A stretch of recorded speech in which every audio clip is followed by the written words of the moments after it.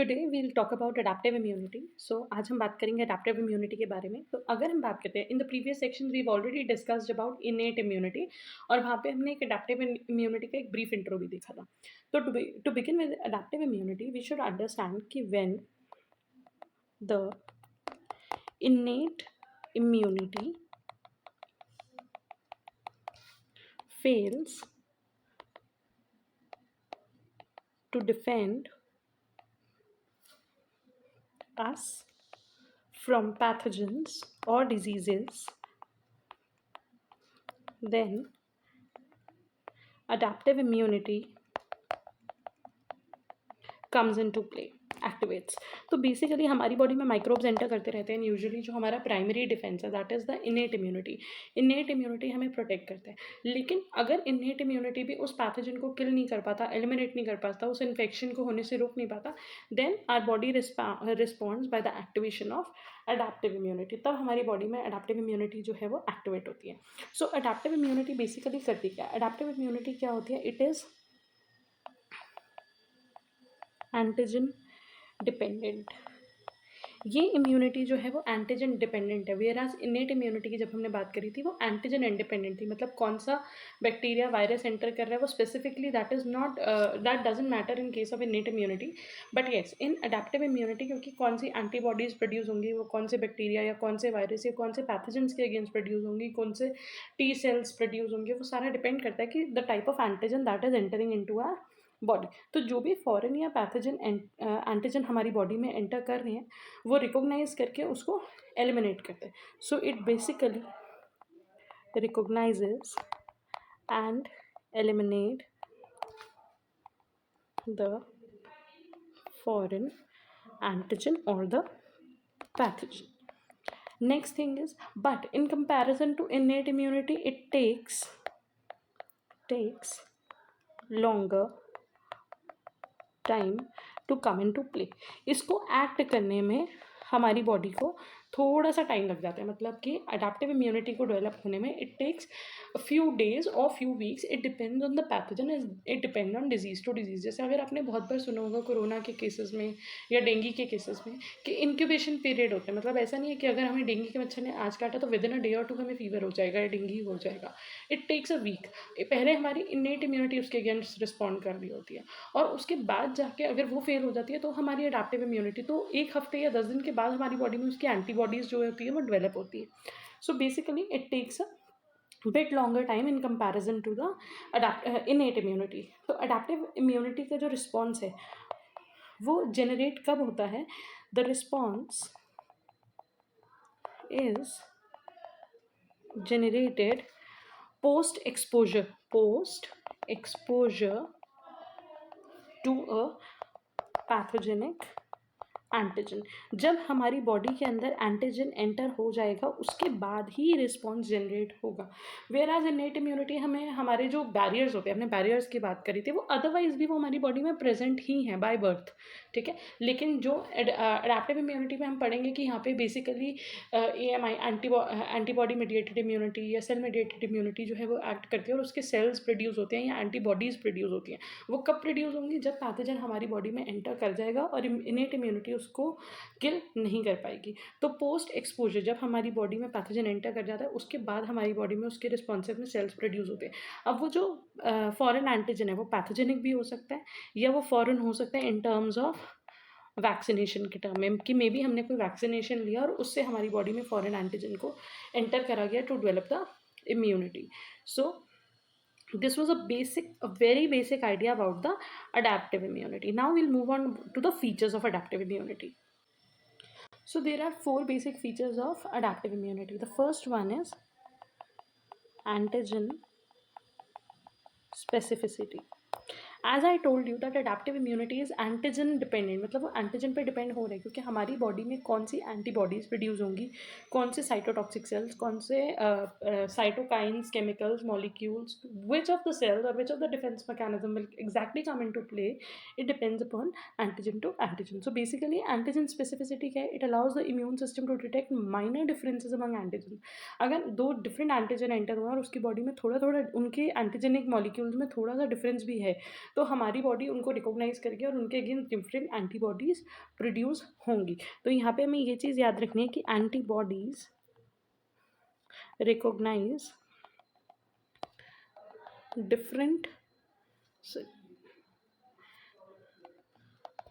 different antigens on the basis of their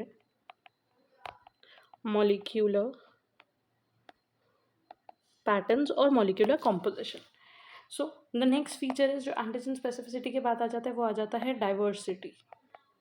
मतलब कि जो हमारी अडेप्टिव इम्यूनिटी है that is a diverse mechanism, वो एक डाइवर्स मैकेनिज्म है because it can produce enormous type of antibodies, can produce different type of antibodies, sorry for the writing, antibodies, or we can say कि it has a diverse mechanism to recognize different molecules। तो ये क्या कर सकती है, और we can say in other words it can identify or recognize many different foreign antigen. तो ये काफ़ी सारे फॉरेन डिफरेंट एंटीजन्स को रिकॉग्नाइज कर सकती है। The third feature we will talk about is the memory, immunologic memory. हमारा जो इम्यून सिस्टम होता है उसकी एक मेमोरी भी होती है। आपने ये चीज़ बहुत बार सुनी होगी, अगर किसी को एक बार चिकन पॉक्स हो जाए तो लाइफ में दोबारा नहीं होता। ये ऐसे कई सारी प्रॉब्लम्स है जो एक बार हो जाए तो दोबारा नहीं होती है, दोबारा जल्दी नहीं होती। या जब हम वैक्सीन ले लेते हैं तो हम क्या मैकेनिज्म है, why are we protected against that disease, because हमारी बॉडी के अंदर जो एंटीबॉडीज़, जो B cells T cells produce होते हैं उनमें certain amount of memory cells भी प्रोड्यूस होते हैं, मेमोरी टी सेल्स और मेमोरी बी सेल्स। वो क्या करते हैं, वो याद रखते हैं, वो मेमोराइज करके रखते हैं उस पर्टिकुलर एंटीजन को। And when if it enters again in our body, अगर वो एक्सपोजर हमारी बॉडी में ज़्यादा नेक्स्ट टाइम या बाद में कभी दोबारा होता है तो वो उसके against without a delay they act against it. So basically it is memory against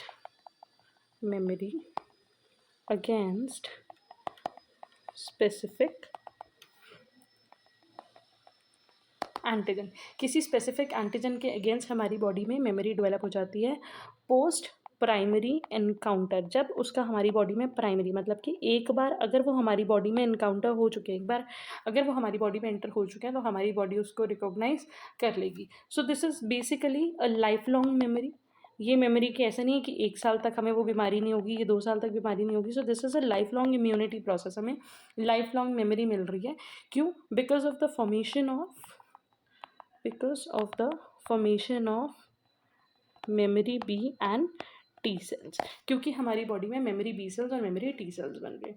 the fourth one which is very important part is, ये हमने पहले भी डिस्कस करा था जब हमने एक ब्रीफ आइडिया लिया था अडेप्टिव और इनेट इम्यूनिटी के बारे में, distinction between self and non self, distinction between self and non self. तो ये इजीली रिकॉग्नाइज कर लेता है नॉन सेल्फ मॉलिक्यूल्स को। हमने पैम्स के बारे में पढ़ा था कि जो पैथोजन एसोसिएटेड मॉलिक्यूलर पैटर्न होते हैं, तो ये easily recognises the non self molecules and act accordingly in response to them। so basically ये इसकी वजह से हमें ऑटो इम्यूनिटी जैसे डिसऑर्डर्स जो है वो इजीली फेस करने के लिए नहीं मिलते। इजीली का मतलब है आए दिन वो हमें फेस करने को नहीं मिलते। सो this is a basic features of antigen adaptive immunity की। एंटीजन स्पेसिफिसिटी है, डाइवर्सिटी है, इम्यूनोलॉजिकल मेमोरी है and the last thing is distinction between the self and non self, मतलब कि हमें ऑटो इम्यून डिजीजेज जो है वो प्रोवाइड नहीं करी। Now we'll focus on the 2 types of adaptive immunity. तो अब हम देखते हैं 2 टाइप ऑफ अडेप्टिव इम्यूनिटी कौन सी होती है। So the basic 2 types of adaptive immunity. अब अडेप्टिव इम्यूनिटी का मतलब है कि हमें ये पता चल गया कि अडेप्टिव इम्यूनिटी तब काम करेगी जब इनेट इम्यूनिटी जो है वो फेल हो जाएगी, जब इनेट इम्यूनिटी काम नहीं करेगी। हमने इसके फीचर्स पढ़ लिए कि सेल्फ और नॉन सेल्फ को रिकॉग्नाइज कर लेगी, पर्टिकुलर एंटीजन के अगेंस्ट पर्टिकुलरली एक्ट करेगी, मेमोरी प्रोड्यूस करेगी, all of this is fine. But the question is how, कैसे होगा ये, कैसे करेगी ये, और इसमें होने क्या वाला है, मतलब how will it act basically. So there are basically 2 ways in which it act. The first one is HMI, जिसको AMI भी बोलते हैं। This is humoral mediated immunity। and the next one is CMI, which is cell mediated immunity. Humoral mediated immunity में basically आते हैं हमारी body के B cells, antibodies, complement system etcetera. और सेल मीडिएटेड में इन्वॉल्व होते हैं हमारे बेसिकली टी सेल्स, कि हमारे टी सेल्स जो हैं वो किस तरीके से एक्ट करते हैं. सो ह्यूमोरल एंड सेल मीडिएटेड के बारे में ये हमें पता चल गया कि कौन से सेल इन्वॉल्व है. Now let us take a look at each of them one by one. So talking about humoral immunity. Humoral immunity, the name come from the word humor, and humor का word यहाँ पे है body fluids. तो basically there are certain things which are present in our body fluids and which helps in providing immunity, which gives our body a defense system. So what are these things which are present in the body fluids are, it includes, as I told you, कि body fluids में हमारे क्या क्या present है. Antibodies present हैं, कुछ complement proteins present है. Complement proteins हमने पढ़ा था, कॉम्प्लीमेंट सिस्टम का पूरा एक कास्केड होता है. इसके अलावा there are certain anti microbial peptides. Peptides मतलब देयर आर सर्टेन मॉलिक्यूल जो कि एंटी माइक्रोबियल हैं, जैसे कि साइटोकाइन, इंटरफेरॉन, इंटरल्यूकिन एक्सेट्रा. तो ये सारे जो हैं ये मिलके प्रोड्यूस करेंगे. तो हम there is another name for it which is antibody mediated immunity. तो इसको बेसिकली हम एक और नाम से जानते हैं, AMI, which is antibody mediated immunity. Antibody mediated immunity क्यों बोल रहे हैं, क्योंकि यहाँ पे क्या हो रहा है, बेसिकली यहाँ पे प्रोडक्शन ऑफ, क्योंकि चीफली मेन काम क्या है यहाँ पे, क्या हो रहा है, production of antibodies. Various antibodies are produced over है. उसके साथ साथ क्या हो रहा है, एंटीबॉडीज़ देखो प्रोड्यूस होती हैं बाय बी सेल्स से, बी लिम्फोसाइट्स. अब ये तो बी सेल्स का काम हो गया, लेकिन टी सेल्स भी काम साथ में करेंगे. तो ये क्या करेगा, apart from it it activates the T cells. T sales को भी ये एक्टिवेट करेगा. तो ये कुछ केमिकल्स के थ्रू, जैसे कि इंटरफेरॉन, इंटरल्यूकिन्स के थ्रू ये एक्टिवेट करेगा टी सेल्स को. प्लस तो अब ये कुछ ना कुछ केमिकल रिलीज कर रहा है. तो दैट मीन्स इसका तीसरा काम क्या हो गया, प्रोडक्शन ऑफ साइटोकाइंस. तो एंटीबॉडीज़ प्रोड्यूस हो रही है, साइटोकाइंस प्रोड्यूस हो रहे हैं, और उसके अलावा टी सेल्स जो हैं वो एक्टिवेट हो रहे हैं. तो अगर हम देखें कि मेन जो फंक्शन है वो इन एंटीबॉडीज़ का फंक्शन है क्या, फंक्शन ऑफ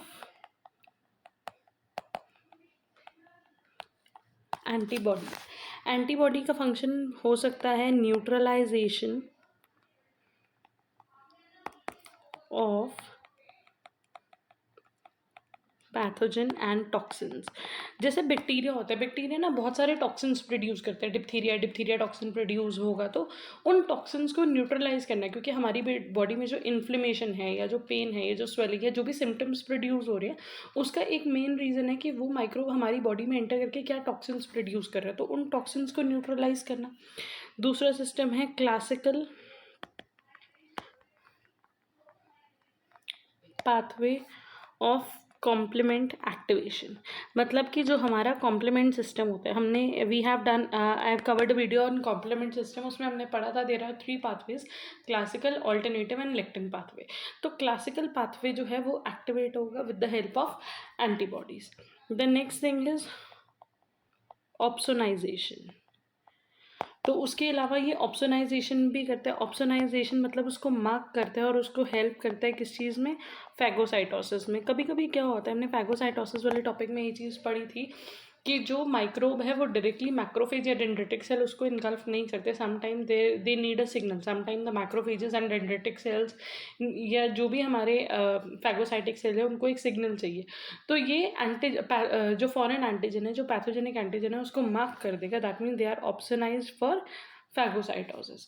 एंड जो लास्ट स्टेप है, all of this is happening just because of pathogen clearing, so that हमारी बॉडी से वो पैथोजन जो है वो क्लियर हो सके. So all or none or some of these will act. In certain cases it depends on the कि कितने microbes, amount of microbes, the type of microbes that are entering into the body, that which among these is happening in how much extent.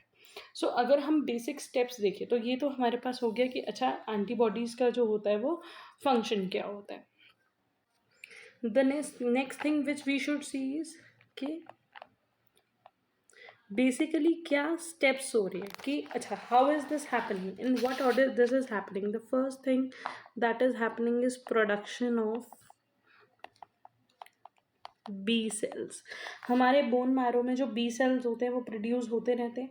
So the production of B cells occur in the bone marrow and these B cells have certain receptors which have certain receptors according to the different antigen. तो वो antigen exposure से पहले clonal selection में भी हमने ये चीज़ पढ़ी थी.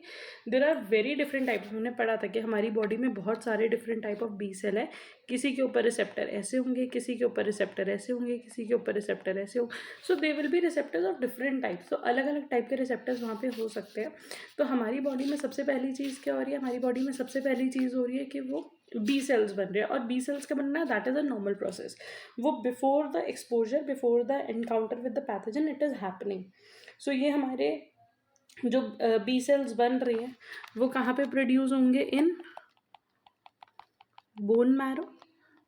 And after they are produce they will migrate to the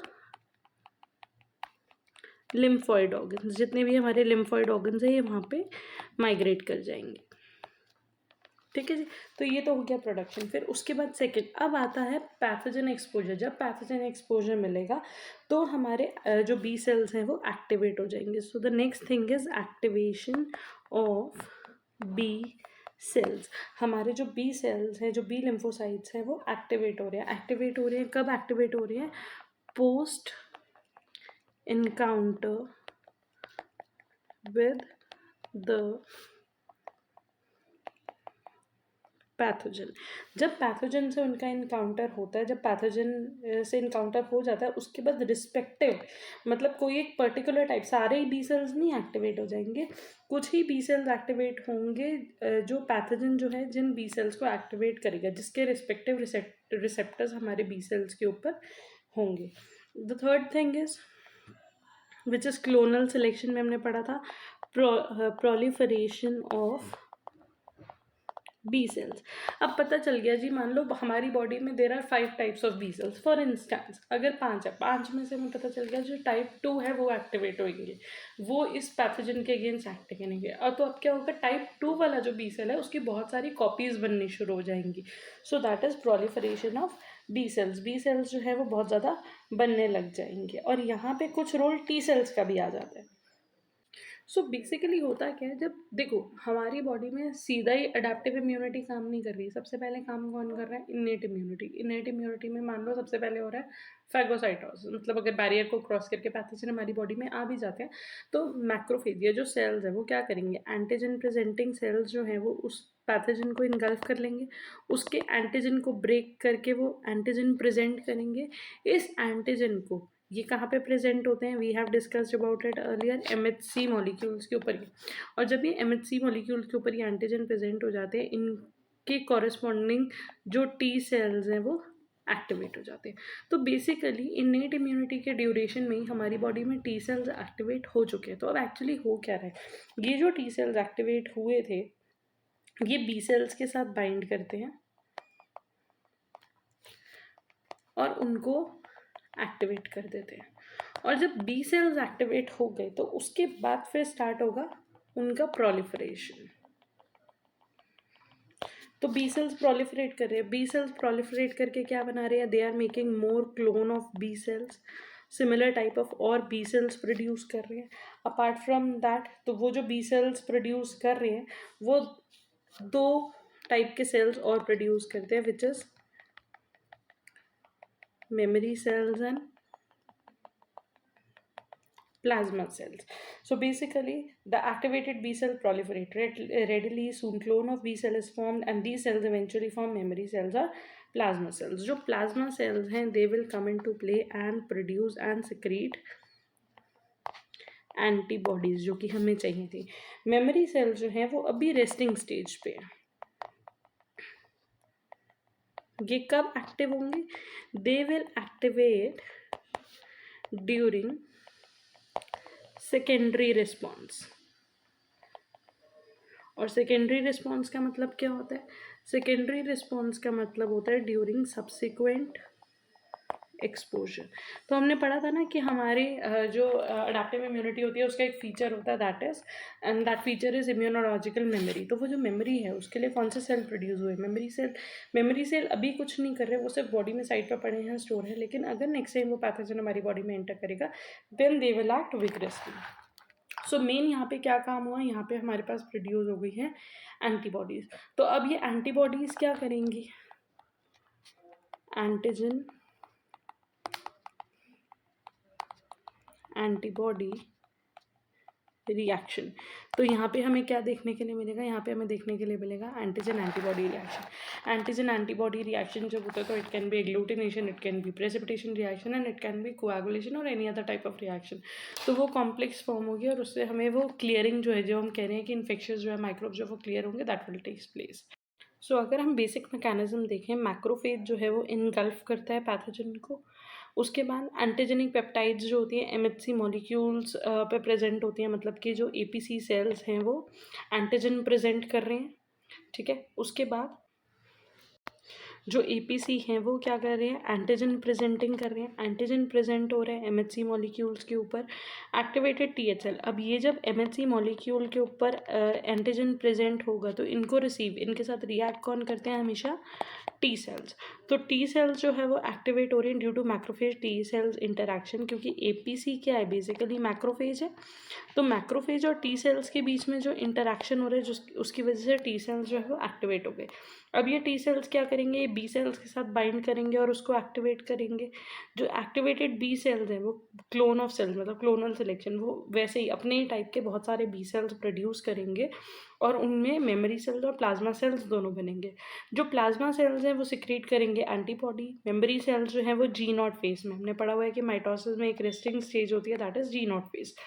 वो जी नॉट फेज के अंदर चले जाएंगे और वहाँ पे तब तक रेस्ट करेंगे जब तक कोई पोस्ट एंटीजन एक्सपोजर, मतलब जब तक कोई सब्सिक्वेंट एंटीजन एक्सपोजर नहीं होता। So this is how the basic mechanism is taking place. Now let us take a very short look at what are antibodies. तो अब हम देख लेते हैं एक बार एंटीबॉडीज क्या होती है।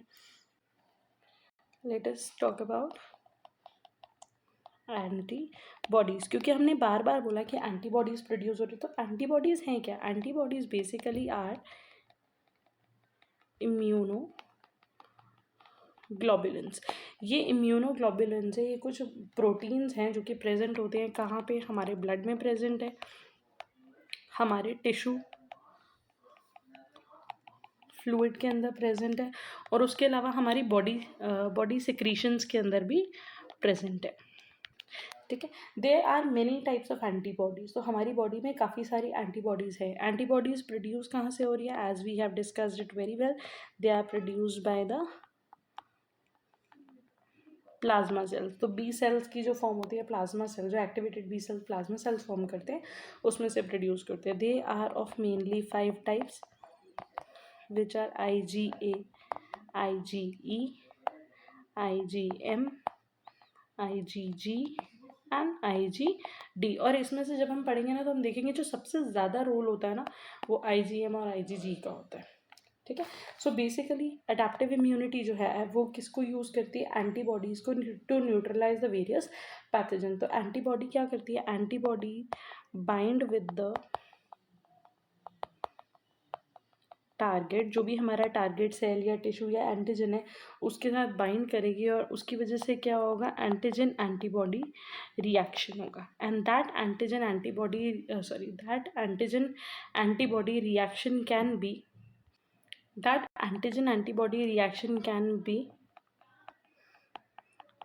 precipitation or agglutination। अग्लूटिनेशन मतलब क्लम्पिंग भी हो सकती है, या फिर प्रेसिपिटेशन में भी बेसिकली क्लम्पिंग होती है, बट वो विजिबल नहीं होती, दैट इज़ नॉट विजिबल, तो वो उतनी ज़्यादा बड़े लेवल पे नहीं होती। तो एंटीबॉडीज़, उसके अलावा एंटीबॉडीज़ का एक और काम होता है, एंटीबॉडीज़ जैसे हमने शुरू में पढ़ा था कि उसका एक काम होता है opsonization of pathogen and help in phagocytosis. तो कभी कभी वो फैगोसाइटोसिस में भी हेल्प कर रही है, उसके अलावा वो टी सेल्स को भी एक्टिवेट कर रही है, ठीक है, उसके अलावा वो कॉम्प्लीमेंट सिस्टम को भी एक्टिवेट कर रही हैं। So all of this is the role of antibodies.